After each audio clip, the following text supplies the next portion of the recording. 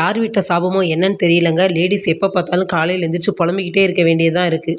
அதுக்கு ஏங்க இந்த வீடியோ போட்ட உடனே நீங்கள் புலம்புறீங்கன்னு கேட்காதீங்க. ஏன்னா நானும் ஒரு பெண் தானே. அச்சம் மடம் நாணம் எல்லாம் இருக்கும் தானே. ஓ, உனக்கு அதெல்லாம் இருக்கான்னு கேட்காதீங்க ப்ளீஸ். நானும் ஒரு பெண், அதெல்லாம் எனக்கு இருக்குங்க. இப்படியே புலம்பிக்கிட்டு தாங்க காலை சமையலை முடித்தேன். எல்லாரும் சாப்பிட்டுட்டு ஸ்கூலுக்கு கிளம்பிட்டாங்க. நான் ஒன்று சொல்லணுங்க. வீட்டில் இருக்கிறவங்கெல்லாம் அடுத்து ஸ்கூலுக்கு எல்லாத்தையும் அனுப்பிச்சி விட்டுட்டு வீட்டில் சும்மா தான் இருக்காங்கன்னு சொல்கிறீங்க இல்லையா? யாருங்க சும்மா இருக்கா? எல்லாரும் வெளியே கிளம்புனதுக்கு அப்புறமா வீட்டை பெருக்கணும், சாப்பிட்ட பாத்திரங்கள் எல்லாம் கழுவணும், துணிகளை துவைக்கணும், துவைச்ச துணியை மடிக்கணும், மடித்த துணிகள் எல்லாம் எடுத்து பீரோவில் வைக்கணும். செவ்வாய் வெள்ளி ஸ்பெஷல் வீட்டை துடைக்கணும், ஒற்றை அடிக்கணும், பிள்ளைங்களை ஸ்கூலில் விடணும், அவங்கள கூட்டிகிட்டு வரணும், அவங்கள வெளியில் ஏதாவது படிக்கிறதுக்கு டியூஷன் அங்கங்கேன்னு அனுப்பணும், மறுபடியும் அங்கேருந்து கூட்டிகிட்டு வீட்டுக்கு வரணும், சமைக்கணும், சாப்பாடு போடணும், பாத்திரம் கழுவணும், தூங்கணும்.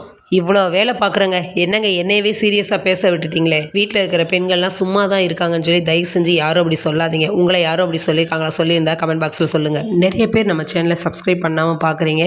சப்ஸ்கிரைப் பண்ணிவிட்டு பாருங்கள், லைக் பண்ணுங்கள், கமெண்ட் போடுங்க.